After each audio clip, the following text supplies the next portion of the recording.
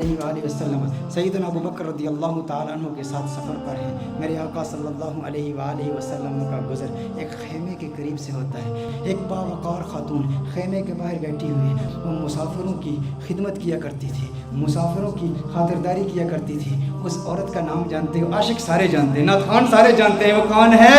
ام معبد ہے, جس کے کلام کی عظمتوں کے ترانے دور حاضر کے فصحاء الاپتے ہیں, بڑے بڑے ادیب اس کی عظمتوں کے ترانے الاپتے ہیں. وہ خاتون بیٹھی ہے. سیدنا صدیق اکبر رضی اللہ تعالی عنہ ارشاد فرماتے ہیں, کچھ گوشت ہے, کچھ دودھ ہے, اگر بیچنا چاہو ہم خرید لیں گے. ایک روایت میں بیچنے کا ذکر ہے, ایک روایت میں مطالبہ کیا, طلب کیا کہ گوشت دو یا دودھ دو. ام معبد کہتی ہے قحط سالی کا زمانہ ہے, شدید قحط پڑا ہے, ہمارے پاس تو کچھ بھی نہیں ہے. ہم تو عرب لوگ ہیں, مسافروں کی خدمت کے لیے یہاں بیٹھتے ہیں, مسافروں کی خدمت کرتے ہیں, لیکن آج ہمارے پاس کچھ بھی نہیں ہے. میرے آقا صلی اللہ علیہ وآلہ وسلم کی نظر اس کے خیمے کے اندر موجود ایک بکری پر پڑتی ہے. وہ بکری انتہائی لاغر, انتہائی ناتواں, انتہائی کمزور. میرے آقا صلی اللہ علیہ وسلم نے بکری کی طرف اشارہ کیا. ام معبد کہتی ہیں ارے یہ بکری یہ تو لاغر کمزور ہے. میرے آقا صلی اللہ علیہ وسلم نے ارشاد فرمایا ہے ام معبد اگر تو اجازت دے تو اس کا دودھ دھو لوں. اس نے کہا بڑے شوق سے دودھ دھو لیجئے, لیکن اس میں دودھ ہے کہاں, اس کے تھنوں میں دودھ ہے ہی نہیں, یہ اس قدر کمزور ہے. آقا صلی اللہ علیہ وسلم اس کی پشت پر ہاتھ رکھتے ہیں, بکری کے دونوں پاؤں ملاتے ہیں, پھر میرے آقا صلی اللہ علیہ وسلم اس کے تھنوں پر ہاتھ رکھتے ہیں. میرے آقا دعا پڑھتے ہیں اللہم بارک لہا فی شاتہا, یا اللہ ام معبد کی اس بکری میں برکتیں پیدا کر دے, اسے مبارک بنا دے, اسے برکت دے دے. جو ہی میرے آقا یہ دعا پڑھتے ہیں, آقا کے ہاتھ لگنے کی دیر تھی, اس کے تھن میں دودھ اتر آتا ہے.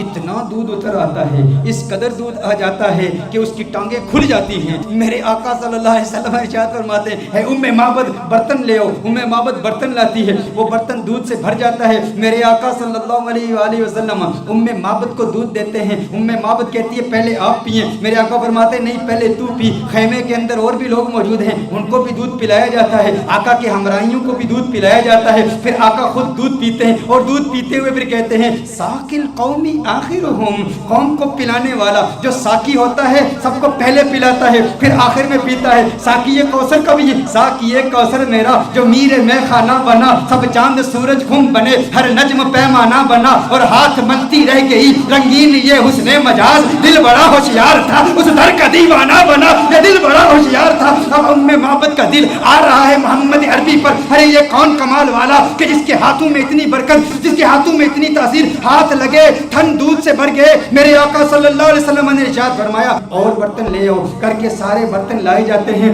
سارے برتن دودھ سے بھر جاتے ہیں, سب دودھ پیتے ہیں. میرے آقا صلی اللہ علیہ وسلم سب کو دودھ پلاتے ہیں. آقا وہاں سے فوراً تشریف لے جاتے ہیں. ام معبد سے خطا ہو گئی, نام نہیں پوچھا یہ کون آیا تھا جس میں اتنی برکت تھی, نہ نام پوچھا نہ پتہ پوچھا.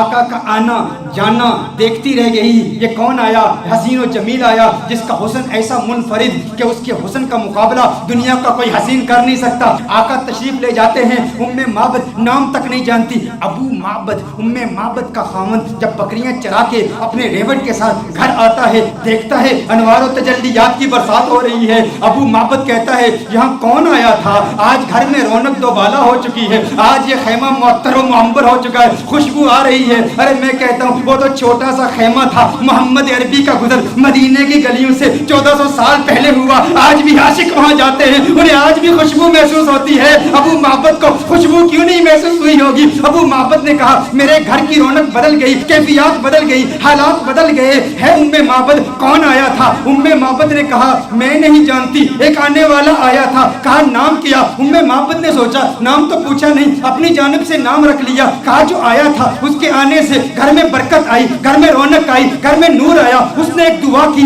دعا میں برکت کے الفاظ تھے. اس نے کہا اللہم بارک لہا فی شاتہا, ہے اللہ ام معبد کی اس بکری میں برکت پیدا کر دے. کہا جس کے آنے سے اتنی برکتیں آئی ہیں وہ یقیناً برکت والا ہے. ام معبد نے اپنی طرف سے نام رکھ دیا. کہا مبارک آیا تھا. کیا کہا, کہا مبارک آیا تھا, کہا مبارک آیا تھا. ابو معبد نے سمجھا نام ہی مبارک تھا. کہا مبارک کیسا تھا, مبارک کیسا تھا. ذرا مبارک کا حلیہ تو بیان کرو، وہ کون مبارک تھا جس کی اتنی برکت، انوار و تجلیات کا نزول، گھر میں نور کی برسات، وہ مبارک کیسا تھا؟ معبد نے، عرب کی اس بادہ نشین خاتون نے آقا کے حسن کی، اس پیکر نور کے حسن کی ایسی دلاویز تصویر کشی کی، خدا کی قسم انسان حیران ہو جاتا ہے۔ اللہ نے اس خاتون کو ایسا حقیقت شناس بنایا، ایسی حقیقت شناس آنکھوں سے نوازا اور ایسی حقیقت ترجمان زبان سے نوازا کہ آج کے ادبا، آج کے فصحا اس کلام پہ ناز کرتے ہیں کہ کیسی تصویر کشی کی آقا کے حسن کی، کہ آپ بتاؤ تو صحیح وہ مبارک کیسا تھا۔ آپ بھی سنیے، اگر سینے میں پتھر نہیں گوشت کا ٹکڑا رکھتے ہو، دل رکھتے ہو، عشق رکھتے ہو، محبت رکھتے ہو، دیوانے ہو آقا کے، تو سنو معبد نے آقا کا حسن کیسے بیان کیا۔ کہا فرأیت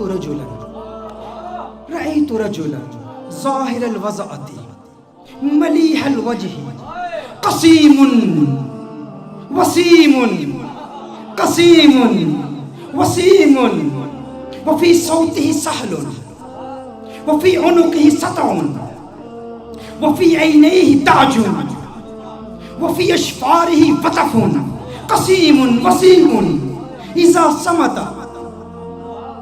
فعلیہ الوقار اذا تکلم سما وعلاه البہار ابہى الناس اجملہ من بعید واحسنہ من قریب۔ کیا کلمات ہیں معبد کی، ترجمہ جاننا چاہتے ہیں معبد نے کیا کہا؟